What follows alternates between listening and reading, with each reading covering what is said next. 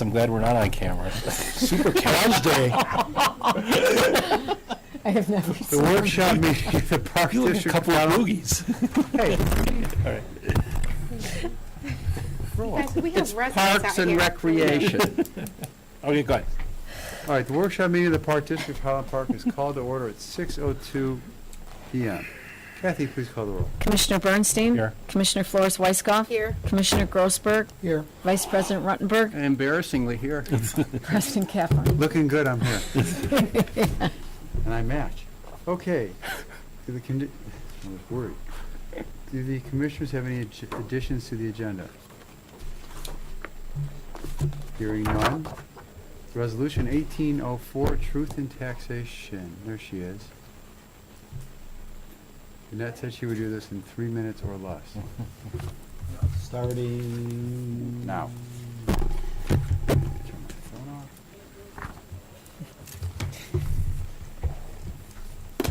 A moment ago, I thought we were gonna have a full house. Okay. Yeah.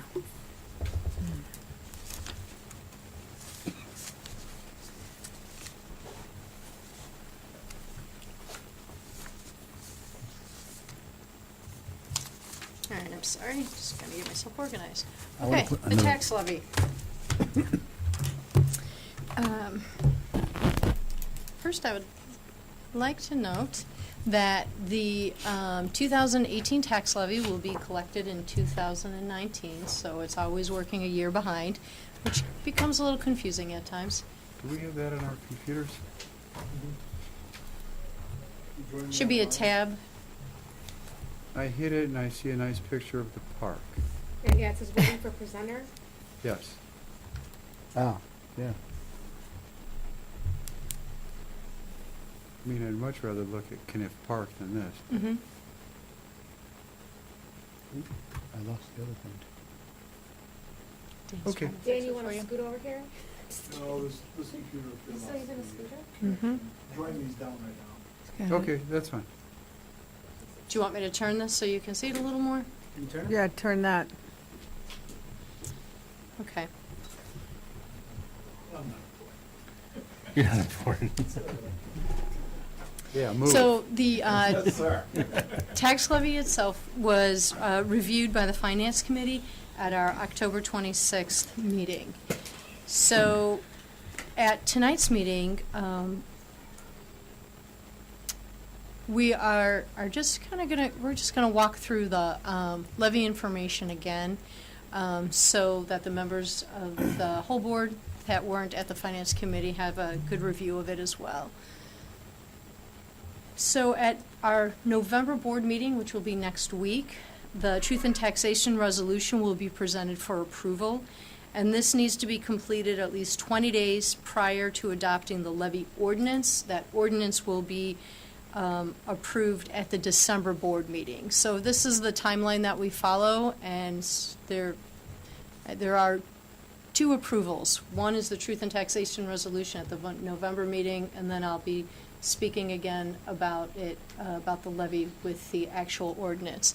And that ordinance has to be filed with the county by the last Tuesday in December, and so our goal is to get it there by December 21st.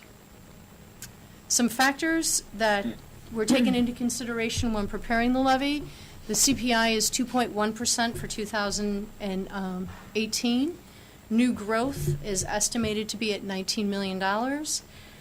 We look at the 5-year replacement capital, green print, the 2019 operational budget, projections, and fund balance. So it's kind of a holistic look at the levy and how it relates to all the other facets of the budgeting process.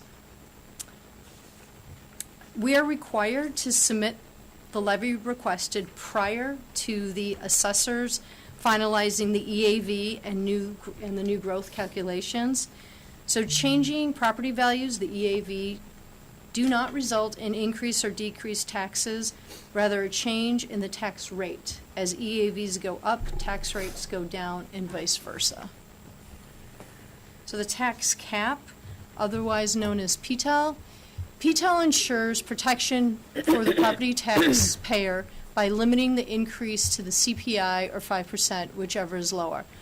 But you can add the new growth, the new property growth. So if the levy we request is greater than the extension calculated by Lake County, the district will not receive the requested amount. It will be reduced to equal the amount calculated under the tax cap.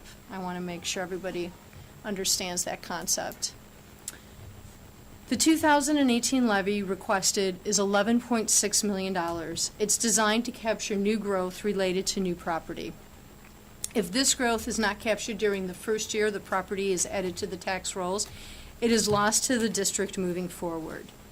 New growth estimate, like I mentioned before, the new growth estimated by Lake County is about $19 million. The CPI is 2.1, and we are levying for special rec at 4 cents per thousand. For the truth in taxation requirement, the calculation reflects an increase of 4.26%, or about $476,000 over the prior year's extension. Because the district is not extending an aggregate property tax levy greater than 55% of the preceding year's final extension, a public hearing is not needed. I'd like to just take a few minutes and look back over the last few years of what's been happening with property taxes and the EAVs. The first row, obviously, is the tax year. The second row are the EAVs, which have slowly been increasing. This increase is due to a combination of just the increase in the market value as the economy has been recovering, and also new growth. The third row is that's the tax rate, and you can see that it has been decreasing as the EAVs have been increasing. The CPIs are row number, what do we have there? Row number 4 are the CPIs, and the final row is really the one that I'd like you to focus on.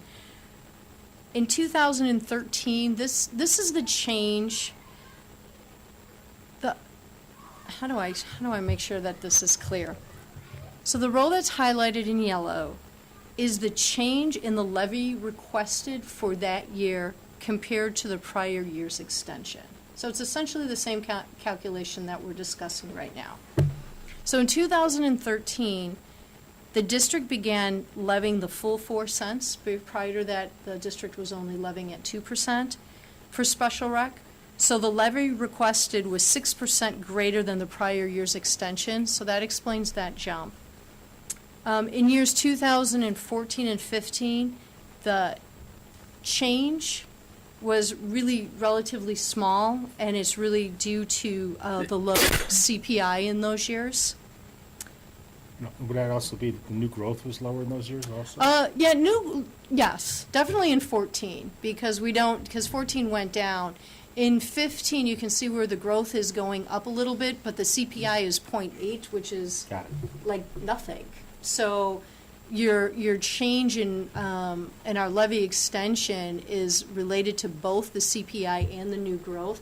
So when they're not both happening at the same time, your change is going to be lower. And I apologize for asking. And similar to our 2018 request, during 2016 and 17, the increase has been kept under 5%, as we're just really trying to capture new growth and then that CPI as well. And keeping everything under this 5% is really a very conservative approach. Now that the economy is beginning to change, the CPI has been at this 2% level now for 2 years in a row, and our EAVs are starting to climb back to the 2009 high.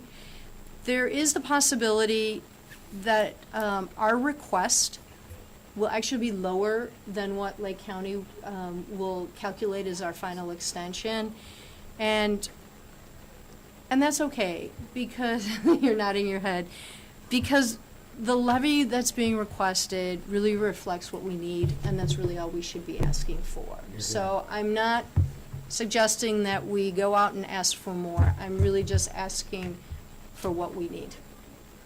And these levy dollars really go to help support operations as well as replacement and repair of the existing facilities. So, just some items to note here. The district will be notified in the spring as to the new growth calculation and the final extension that usually comes around February or March. An owner of a home about $500,000 in value will see additional taxes of approximately $32 if the EAVs remain the same. If Lake County is correct and we add $19 million in new property to the tax rolls, the same homeowner will see an increase of about $20. When reviewing the tax bill, I just like to remind everybody that the Park District appears as one line item on that bill, while Lake County, the Forest Preserve, District 112, and 113 all have 2 line items, and the city has 3. There's city, the library, and the pension. So in order to make an apples-to-apples comparison, you have to add their multiple lines together because our pension number is within our own. Our collection rate is usually between 98, 100%, and that is huge because that really helps keep our levy increase and our levy requests at a minimum. Currently, there are 2 TIFs, the Ravinia TIF and the Briargate. The life of a TIF is 23 years, and Ravinia will expire in 2029 and Briargate in 2040. And then I know you've been hearing me speak about a property tax freeze for the last few years, but it has been part of the campaign conversation this election season. And so I think once Springfield is up and running again, it's going to be back in the conversation and a real strong possibility that something could be coming down the road. So try to keep that in consideration when we're doing our budgeting as well. So is there any questions? No, I'll just say we, at the Finance Committee a couple weeks ago, we spent a long time going through this. Barney was there with me, and I appreciate the presentation. The thing that we kind of stressed is that it's 2 things. Number one is that we're only levying for money that we need, and we're not trying to levy the maximum that we possibly can under the current tax cap. I mean, and the other thing is we're trying to keep up with inflation. So if you go back to the slide which showed the averages, you can see is that there's always going to be take 2013 out because that was an outlier. But if you go through 2014, 2017, you can see where the CPI is, and then you see where there's the additional amount, the change.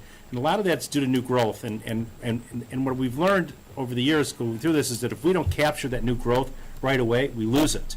And that's one of the things that I know we have a gentleman in the audience side who really encourages new growth because that helps with the taxing bodies because it helps offset this. And this is how it does because when you tax new growth, that actually helps the existing tax holder. But going to what you're talking about is that I know that we're a small portion of the tax bill, but even our small portion is that it's basically almost a 30% difference once we realize new growth versus what we would have to tax if there was no new growth. It's new growth was 0.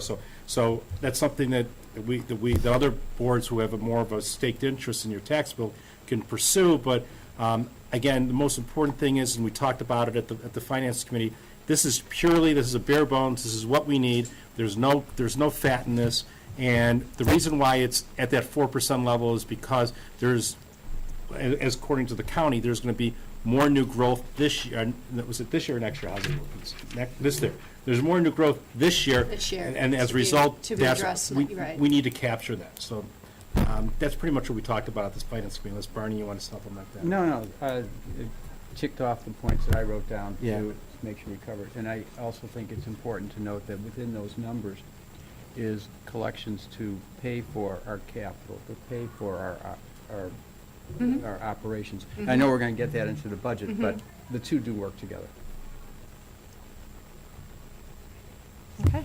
Okay. Well, thank you. So at the board meeting, the Truth and Taxation Resolution will be on the agenda next Tuesday. Okay. All right? And what you're sitting there is the 2019 budget. Yeah. Let's do that. Okay. I hope everybody had a chance to review the budget document that was in the board packet. Before I even get started, I know I usually do this at the end, but I really want to say thank you to staff. For some reason, the 2019 budget just, I don't know. I don't want to say it didn't come together as nicely as it does in the past, but there was lots of factors going on, lots of opportunities, lots of challenges, and staff went through it once, they went through it twice, and I just really want to let everybody know the hard work that goes into this. They really are looking for opportunities, they are looking for ways to keep the Park District on sound footing while they continue to provide some really awesome and exciting programs for the community. So before I even begin, a big shout out to staff, because it is a long process. They start their budgeting in July and August, and we'll wrap it up in December for them. And I know that budgets don't just get put on their shelves either. I know that from our conversations as we go through the year. So thank you to the staff. All right, let's begin the 2019 budget.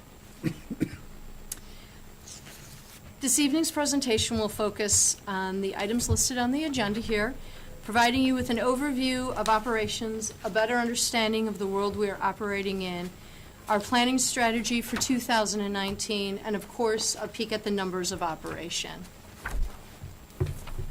The Park District is facing a few challenges which really are being tackled as opportunities. District 112's introduction of full-day kindergarten has had a negative impact on our programming. District-wide fall programming has seen limited enrollment, and staff is addressing the opportunity through a new staff-led district-wide child enrichment committee. The goal is to create a holistic approach to recapturing the target market. They're doing this through community engagement, research, and discussions with District 112. To address the decline in rental revenue, athletics is developing a field rental strategic plan in conjunction with the sports field master plan that the planning area is working on. And to stay competitive in a shrinking job pool, provide the community with top-notch employees, and address the strategic initiative to be the employer of choice, seasonal wages have increased for camp counselors and lifeguards. The Highland Park Country Club agreements should be final by the end of the year. I'm very optimistic that that's going to happen. With every new relationship, there are some growing pains, and staff has accounted for the operations of the Learning Center, the new expenditure splits with the Rec Center, and the common use areas are all in the 2019 budget. With, and I'm very proud of this, and I think the board should be too, with 4 Track 1 projects completed. We've completed the Rec Center, Pogo, Sunset Valley, Course and Clubhouse. A 1 Track 2 project underway, that's the conversion of the country club, and planning for ICE will begin in 2019. The planning department is tackling a refresh of Greenprint to ensure that we continue to meet the community's needs. And then the most exciting opportunity for 2019 is Sunset Valley's first full season of operations. So let's begin. The bottom line, and you know what? If you open up your books there, I believe the yellow tab, that one that's kind of colored, is where the Yes. where the tables start. You might want to refer to those. I'll call them out as we're going through the slides. So that first one should be, Page 20, Yep. 23. yep, the proposed budget. As in prior years, due to a planned use of reserves, the budget reflects a deficit balance. Accumulated reserves in the capital fund are being used for replacement capital. It is not a reflection of overall district operations. It is simply a use of reserves. The bottom line for 2019 is a deficit budget of $4,650,564. Now, if I were to remove capital from that number, or actually add it back and just focus on operations, the net surplus is actually $2.6 million. So moving on to table number 3. Tax revenue is increasing by $596,000, just a little under 5%. The budgeted number includes debt service and replacement tax, which was not included in the levy calculation. So that's why it looks a little different than the levy conversation that we were just having. We'll look into that in a little more detail in just a minute. The opening of Sunset Valley in having it open for a full year is having a major impact in both the operational revenue and expenses. So that's where those expenses, or those increases are coming from. I would also like to note that district-wide, there really has been a shift from hiring 30 to 39-hour employees to hiring like 40-hour full-time employees. It's a subtle shift. The financial impact is actually minimal to us, but it really is helping to stop the revolving door, and it provides a more professional and consistent workplace or workforce. So you'll see that reflected in some of the numbers as we move forward. And then with Greenprint's refresh, capital is decreasing by $1.3 million, and the capital replacement needs, so just we're looking at our capital replacement, is $5.5 million, and then the Greenprint projects, any that are in progress in the planning, are totaling about $1.5 million. So moving on to table 2, so you got to go back, sorry about that, is our fund balance. This can be a complicated concept, so I'm just going to summarize it and just simplify it. The fund balance policy, budgeted fund balance must be 25% greater than the budgeted expenditures for the general recreation and special recreation funds. And for the 2019 budget, the operating funds comply with this policy. So this is a check that I'm always doing. I kind of do it throughout the year, but we definitely look at it at the audit and during the budgeting season to make sure that we're always meeting that fund balance policy. So transfers, which are reflected on the bottom of the page on our tables 1 and 3, either one of them, transfers are reflected there. It's like on the bottom section. Yearly transfers from the general and recreation funds are made to the debt service fund to support the retirement of the debt certificates. And then 2 transfers are made to capital, one from the special rec to support our ADA compliance efforts, and then one from recreation to support replacement capital. And the proposed transfer from rec to support capital is $2.5 million. And this is much larger than in prior years, and there's a few factors that are playing into this. So this is for those of you that were at the Finance Committee meeting, I added this slide in hopes to explain how we got to this $2.5 million transfer. Is my pointer working? I'm not sure. Here we go. Okay. See if you can see the arrow there. So in anticipation of the property tax freeze, like I said, we've been having this conversation. You've been hearing me say this again and again. Over the last few years, the rec fund balance has slowly been creeping up. You can kind of see it.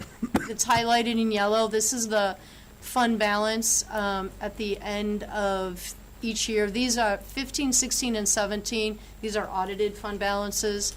2018 is our projected, and 2019 is what we're looking for budgeted. So you can see how it's slowly been creeping up. The balance, 2018's projected fund balance is greater than 16 by about $1.2 million. But to comply with our fund balance policy, this far right column here is the math of that 25% of these expenditures. And to comply with it, you can see where we're way over, is what it's coming down to. We're over by 2.1. Some of the factors that are playing into this, operational revenue, which is this box here.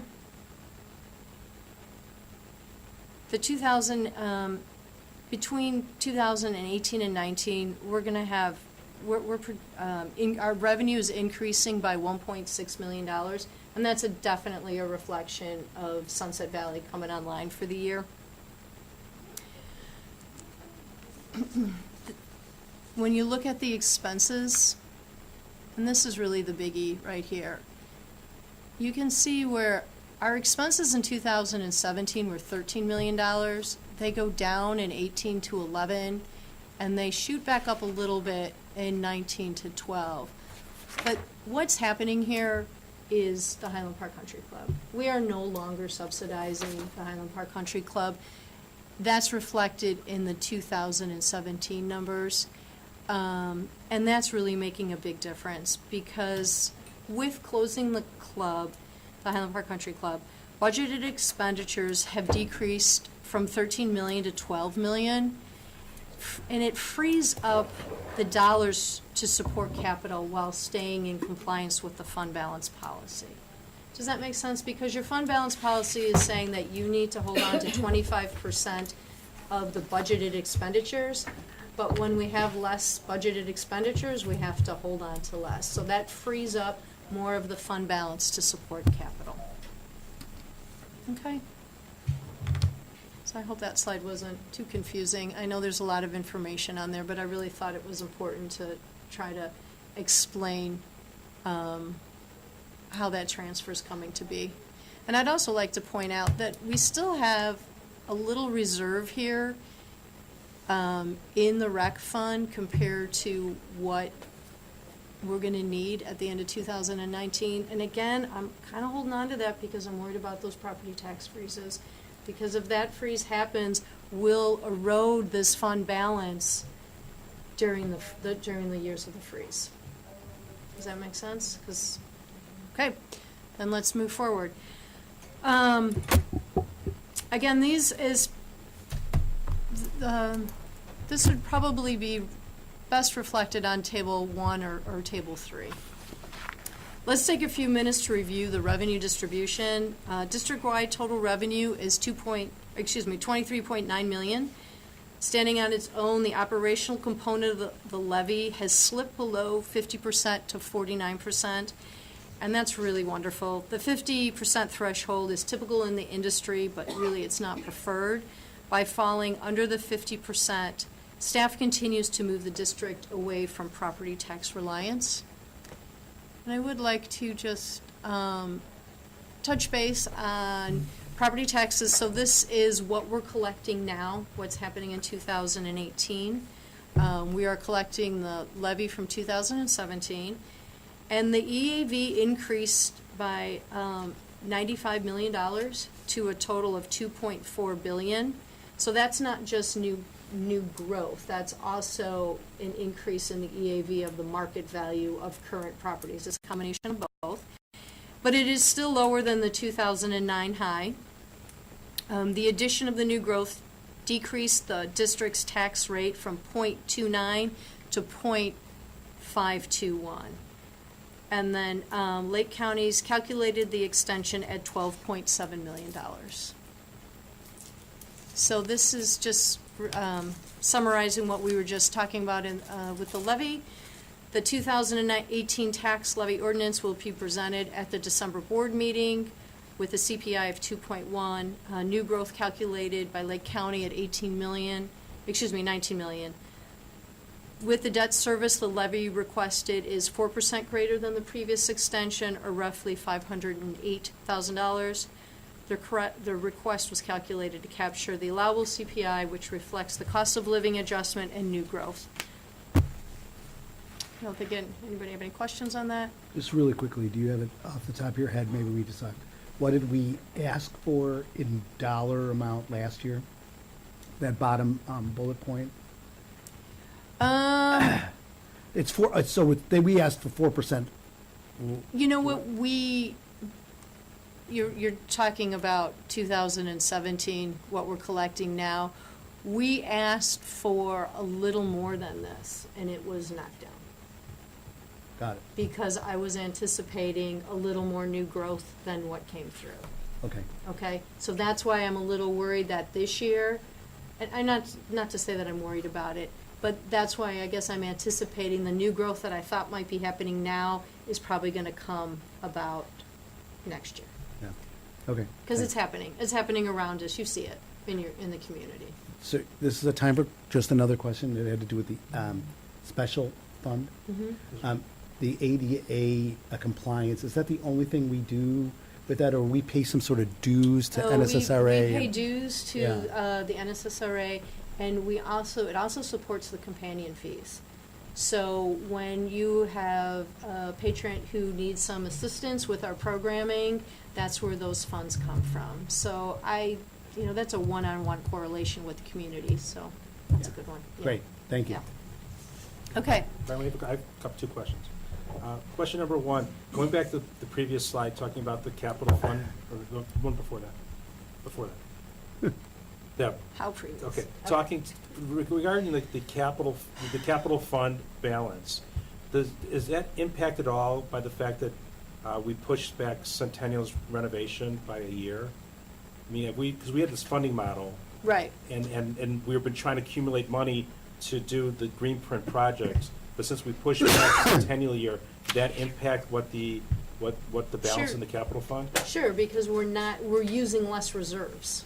So even though we have a balance there, that's attributed both to what you're concerned about tax cap, but it's also because we have a significant green print project that we pushed back a year, so we basically have some money sitting in the bank to do a project that we anticipate doing one more year in the future.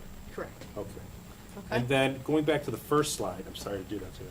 Oh, I did first, boy, I shouldn't have stopped. Okay, right, I know, I'm sorry. This one right there, so from the $2.6 million, that's without the capital improvement, so what that $2.6 million does, where does that money go? It goes into the capital fund, or does that help support the five-year capital Yes. plan? Yes. And green print It projects? maintains, first and foremost, I mean, just to refresh your memory, because you've all heard me say this before. First and foremost, I fund that fund balance. So that 2.6 million goes to make sure that we are compliant with our fund balance policy. And then once that we're comfortable with that, the monies, anything over what's necessary goes to that 5-year capital. So that's my hierarchy. Okay. Okay? So what that does is that by operating in the black, just call it that way, by operating in the black, it allows us to then use those funds to reinvest in the district? Absolutely. That's Okay. where the ultimate goal is, to make sure that we maintain our facilities to a very high standard. And Absolutely. by doing that, we don't have to have any big increase in taxes. We can do it methodically rather than Right. let something go disappear and then all of a sudden figure out that we that's the purpose of doing it that way? That's the purpose of doing it, and that's also the purpose of vetting through that 5-year capital, is it to the detail and to the level that we've been doing it, to make sure that we don't have any surprises and we're just taking care of things, just being good stewards. Absolutely. Okay, those are my questions. Okay, so let's get into a little more detail.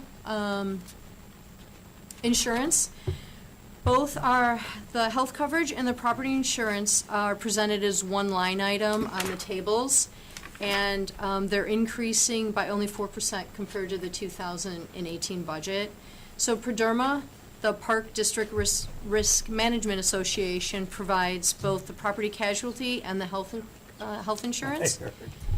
Using a pooled approach, Prederma keeps the premiums low while providing adequate coverage for employees. Prederma's PPO rate is increasing by 3% and the HMO rate at 7%. And based on industry standards, that really is very low. The employees' contribution rate continues to be at 12%. And increases and decreases in the property and casualty insurance premiums are a direct result of increases or decreases in expenditures.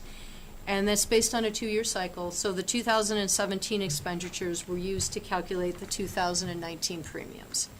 Now this slide is my second favorite. We'll get to my favorite slide in a minute, but this is my second favorite. This is really huge. And this is kind of a testament to the board's planning and forward thinking. The pension line in the tables consolidates both the FICA and the IMRF, but I would just like to focus on the IMRF piece here.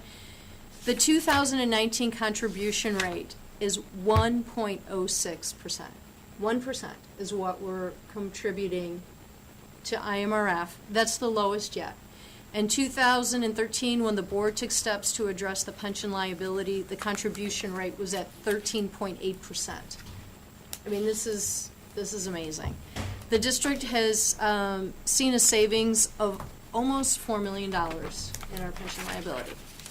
And I would like to note that yearly pension obligations are met and we're never deferring them.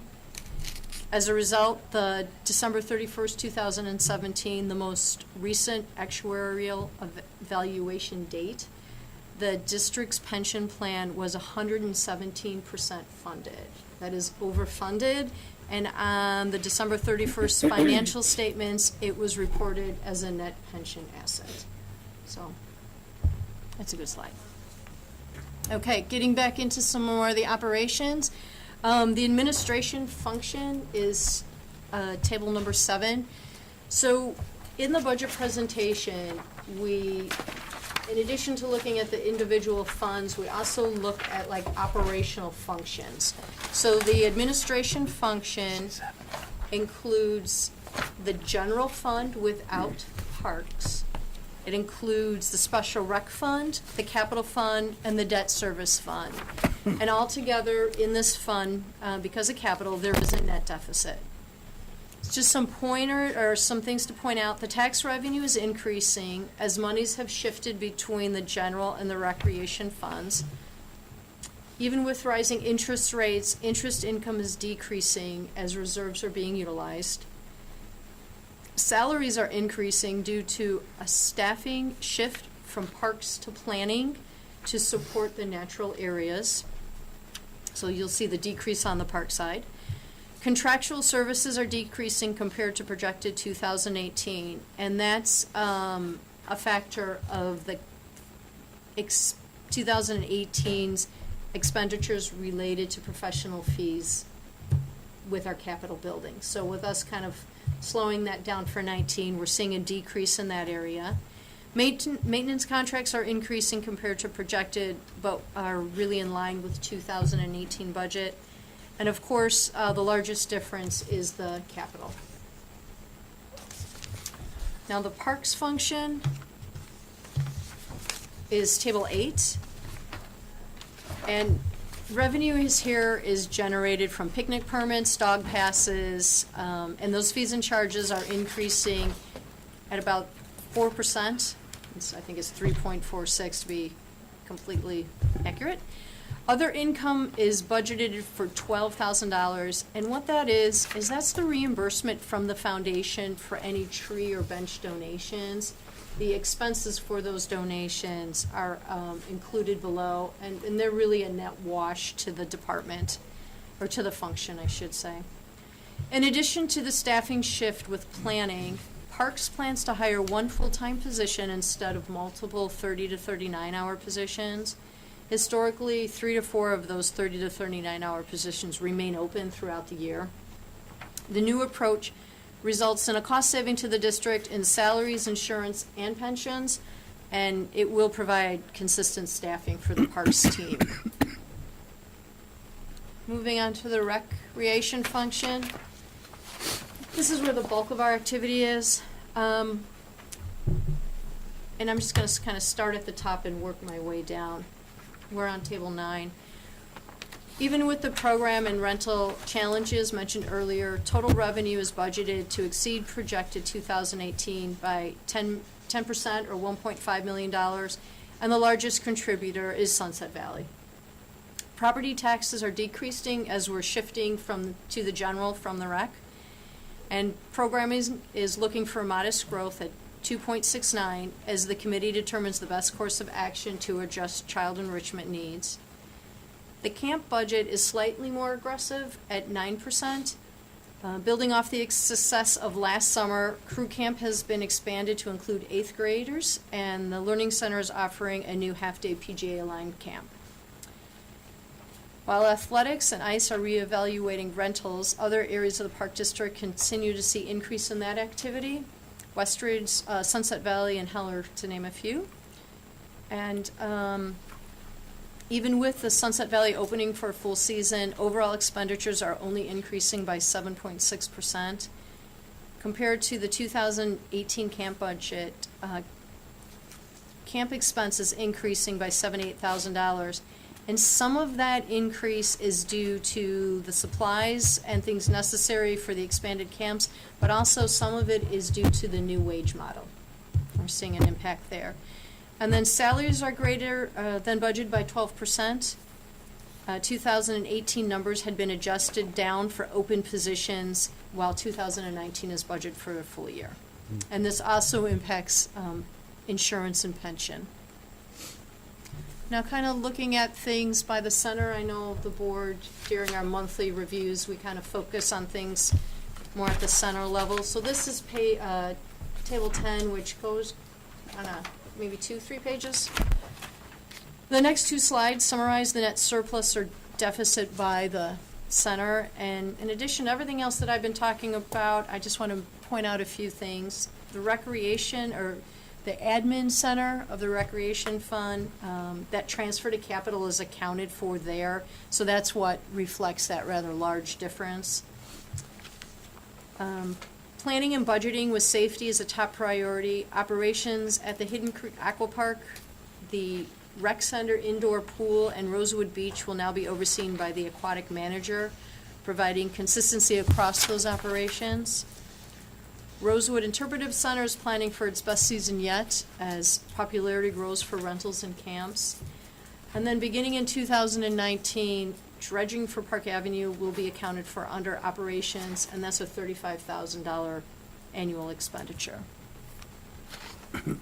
Some of the other facilities, the recreations admin, the recreation centers, admin center, if that makes sense, always has a deficit budget, and it's offset by fitness and aquatics.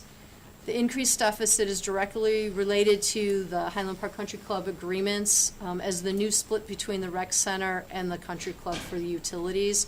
The previous split was 50-50, and now it's 80-20, so that's definitely having an impact.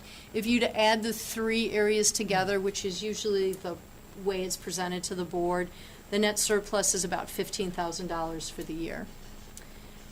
Deer Creek continues to be a revenue-generating facility, and operations are in line with the previous years.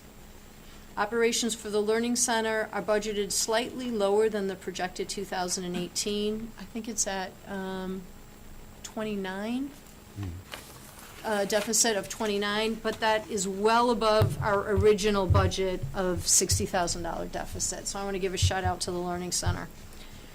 The Highland Country Club building, the last one on here, reflects the expenditures for the common areas defined by the agreement. So there's some expenditures that the Park District will be paying for, and we will be reimbursed by the city per the agreements, and so the net here is 0.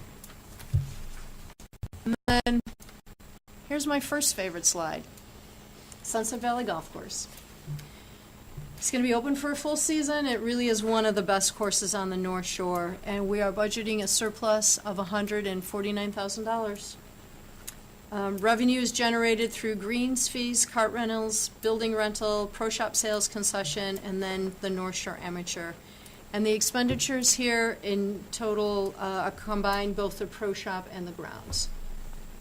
So if the 2018 abridged season is any indication, Sunset Valley is going to be really busy this year. That's kind of fun. And capital. As I mentioned earlier, the green print is, planning department will be working on a green print refresh, along with the lakefront master plan that will be finalized, the sports field master plan. They are working on 2 green print projects, the conversion of the country club, and then the first steps are planning for the Centennial Lobby and Gymnastics renovation. And then in addition to everything else that's listed here, what I didn't list was asphalt work at Fink and at the country club, which is a shared expenditure. Basketball court work at Lincoln, Mooney, and Westridge. Painting of the Deer Creek ceilings above the courts.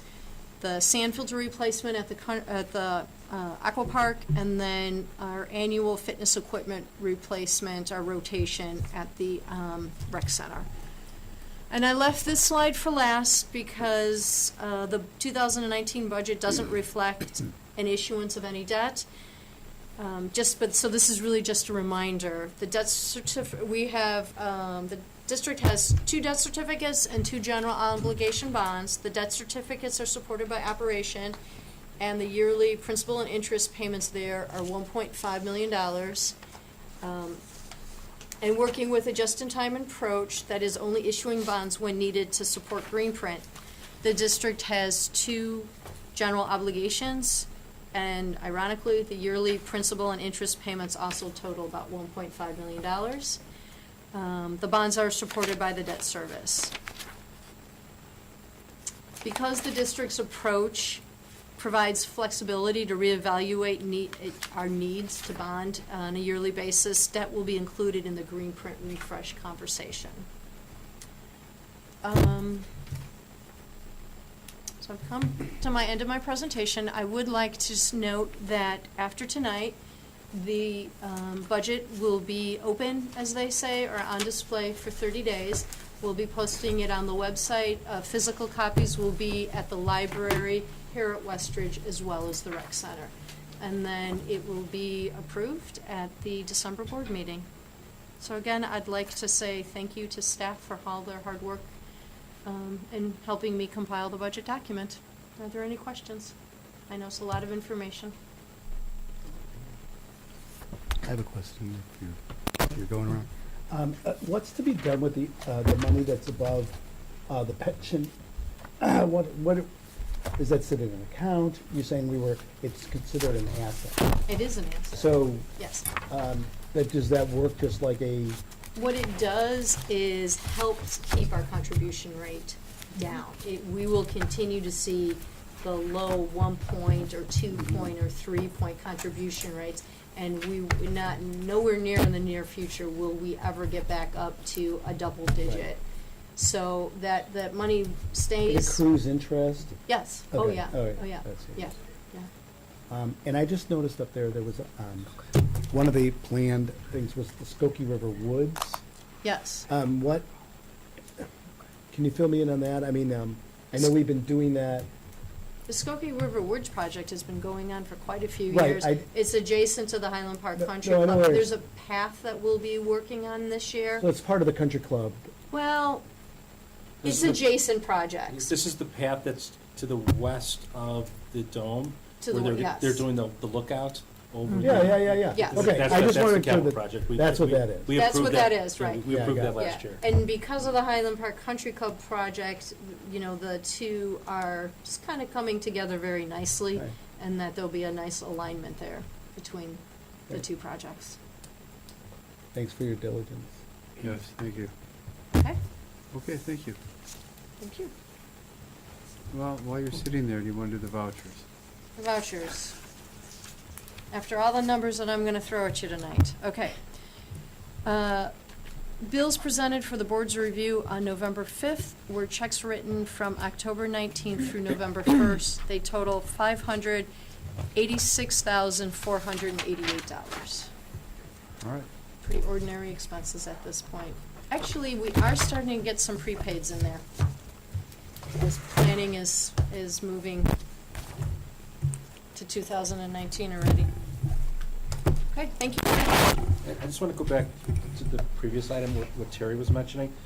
We talked about the budget for a couple hours at the Finance Committee, so that most of my questions were answered at that point, but I will want to emphasize that the decision that this board made in 2013 has reaped a tremendous amount of benefit to the community by, number one, fully funding our pension obligation, but number two, allowing an excess amount of money to be available for capital projects because we saved, like almost, We're almost at $4 million. Which- I I mean, that's a lot. It's a lot of money that the decision that we made in 2013 has reaped tremendous benefits for the community and for the district. And we talk about it every year, but it's, when you hear $4 million, it's just remarkable. Yeah. And so that's a decision that this board can be proud of that we made in 2013 with the staff's advice. So thank you very much.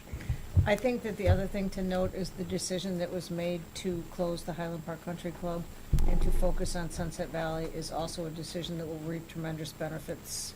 It already has and will continue to do so for years to come, because that was a bold decision to shut down a golf course. But you can see, We're no We're longer starting to see the subsidizing. impact Yeah, we're no now, longer and that was big. subsidizing, and that's so that very is important. kudos to the board for taking on that challenge. Oh, would you see what Lake Bluff did with their golf course? They're keeping it. No, yeah, they basically outsourced their entire golfing Yeah. operations. They've got some problems. Yeah. so- No, what they did is, I read an article about it, I mean, it's talk about another day, but what they did is that they outsourced their entire golfing operation, but they're still on the hook, the district's still on the hook for capital improvements. So they don't have any of the revenue from the golf course, yet they are on the hook for capital improvements if any are necessary. So it's a really interesting business model they came up with, but I don't think long-term is sustainable. Okay, no Thank more you. questions? You're done. Great, thank you. Lastly, Highland Park Country Club. Speaking of closing golf courses. Short version is, we're still not there. Long version is, Barney has gotten I have everything here, the, if you want to go through it. line by line. No, there are 3 issues that remain open. So, here, and I sent Thank you for everyone, inviting the attorneys from the city and the attorneys from the Park District had a conference call today. They spent a couple of hours going over the concerns that were sent to them via this letter from Rob last Friday. So they met this morning, and then this next so that was the letter, and I sent this to you guys later this afternoon, recognizing that This we is the would title exception. be letter. reviewing it. Yeah. So that was the letter that was sent. This memo that's coming around the horn Okay. Yeah, I looked at that. identifies resolution to most everything. However, there still remain an open issue. So, we had, under the Lot 3 agreement, the property transfer, I think everything was accepted.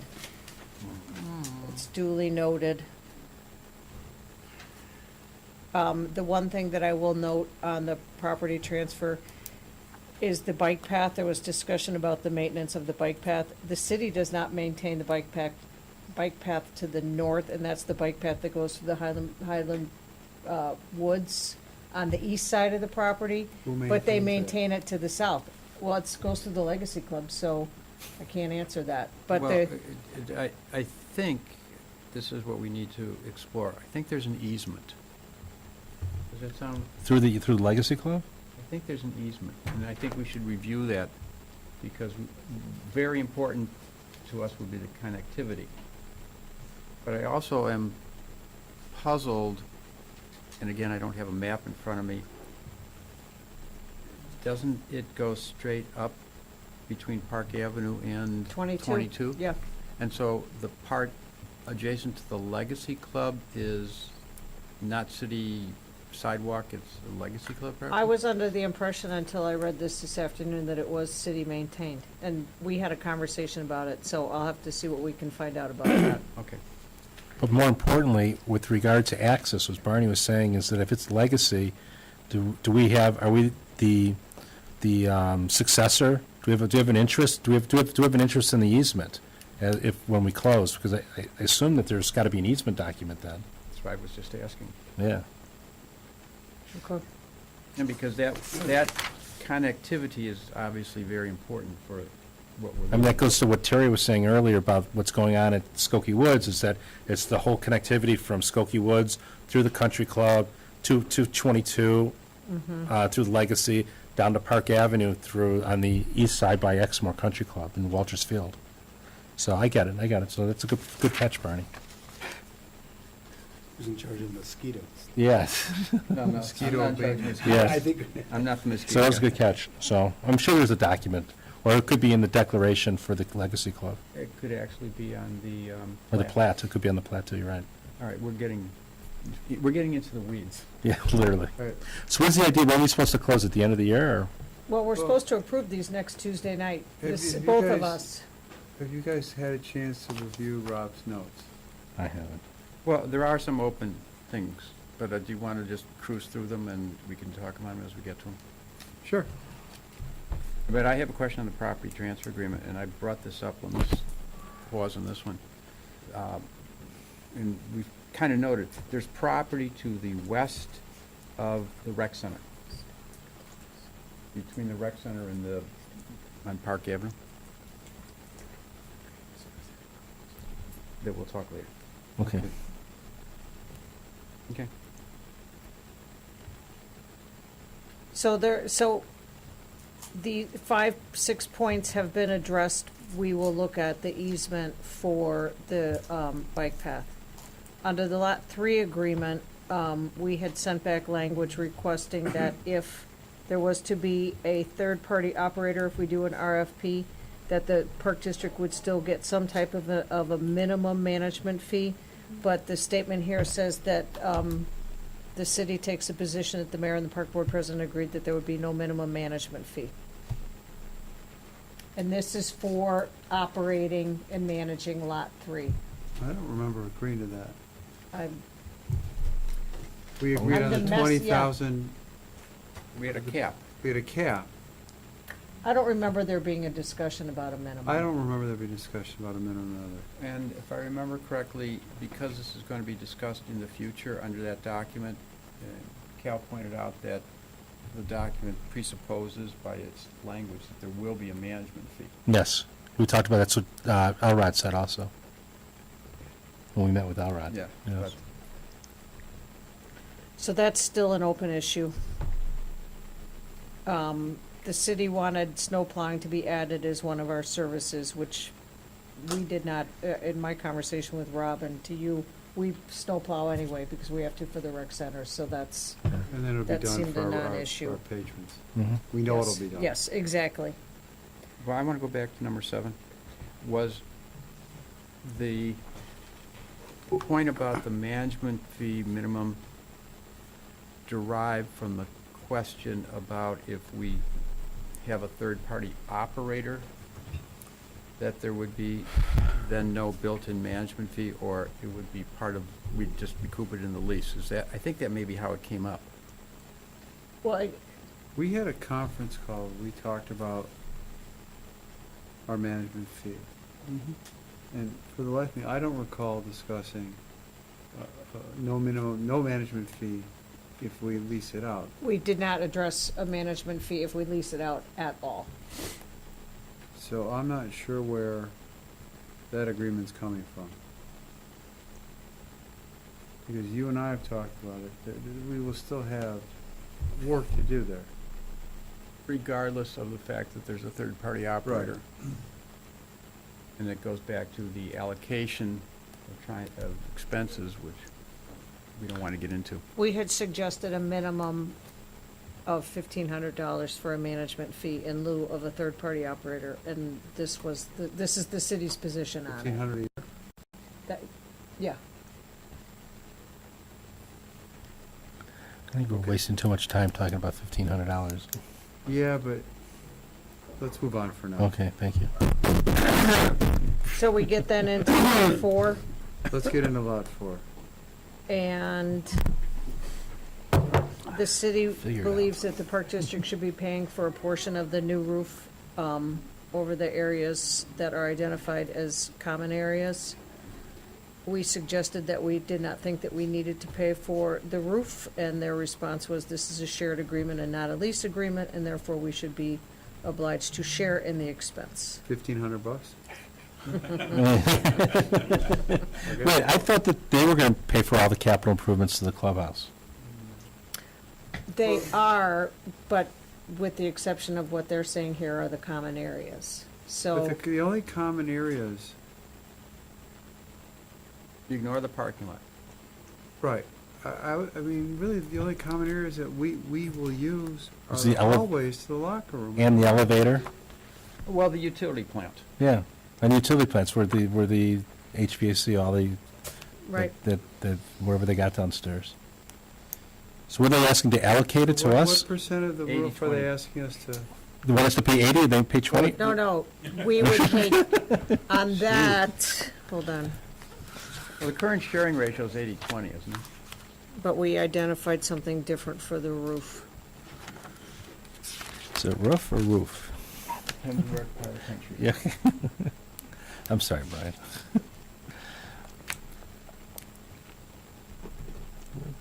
And we know that's going to be a singularly expensive item. Will they have the same argument with tuck pointing or any other issue? Painting the walls? No, but this is the exterior. So the tuck pointing, if there's any tuck pointing to be necessary, be required, are they going to ask us to pay our percentage? Can I make an observation? They Yes. haven't thought of that yet. Okay. Quick, get this thing signed before.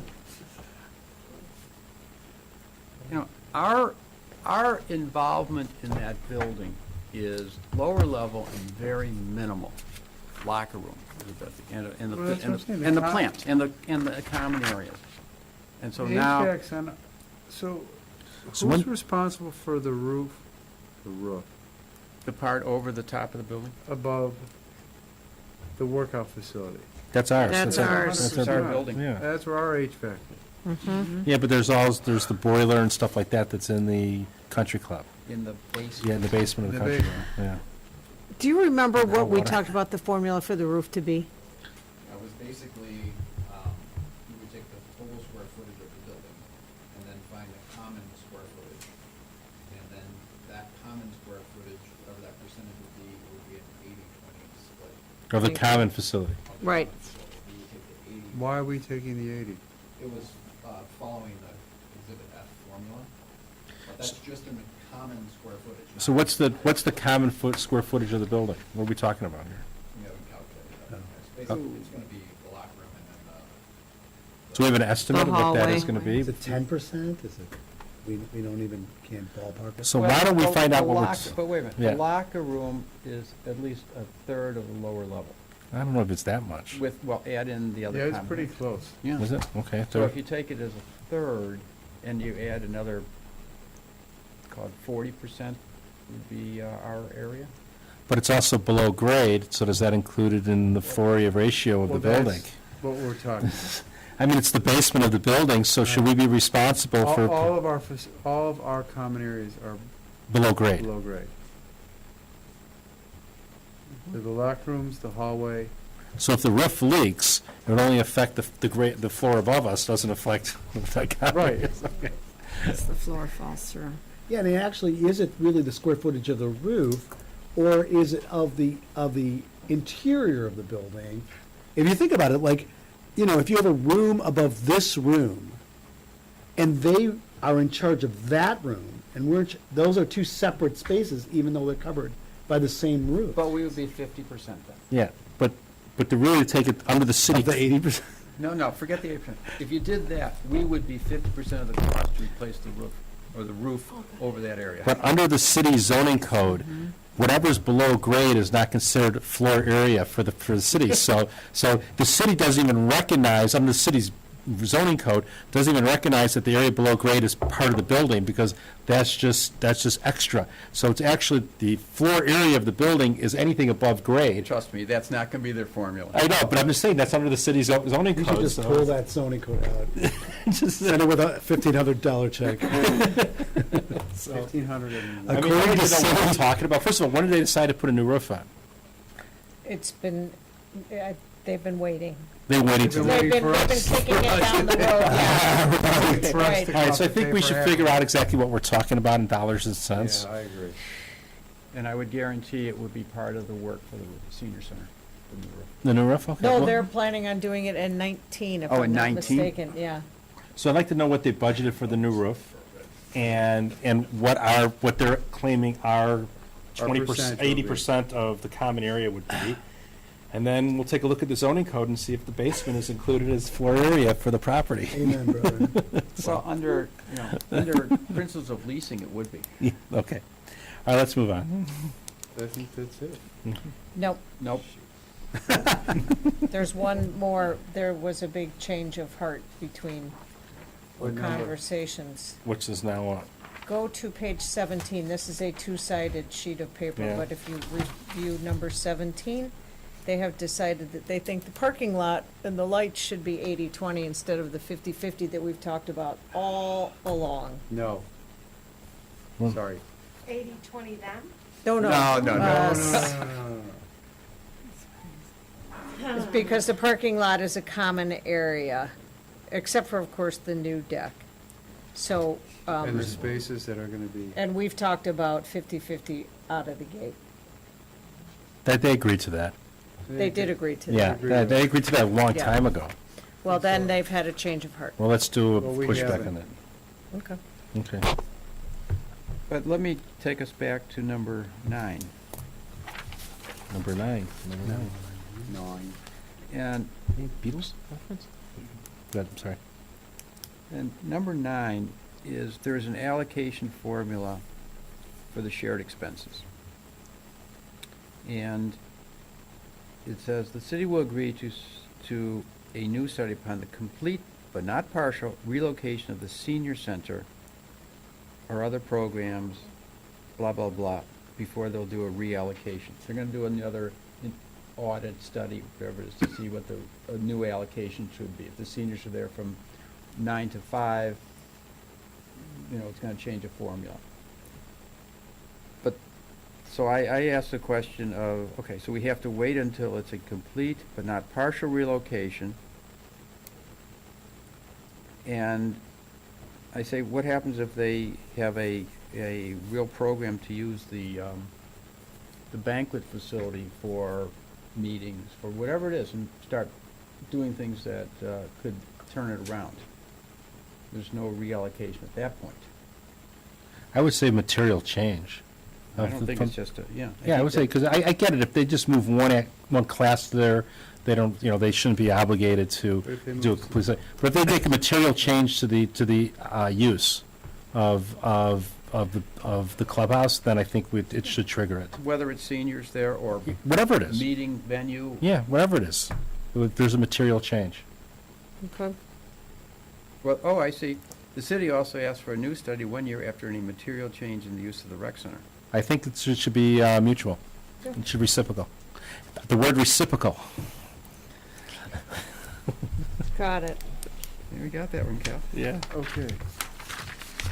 What else? So we're still open on the management fee. And the We're lights. still open on the roof, and we're still open on the parking lot. Correct.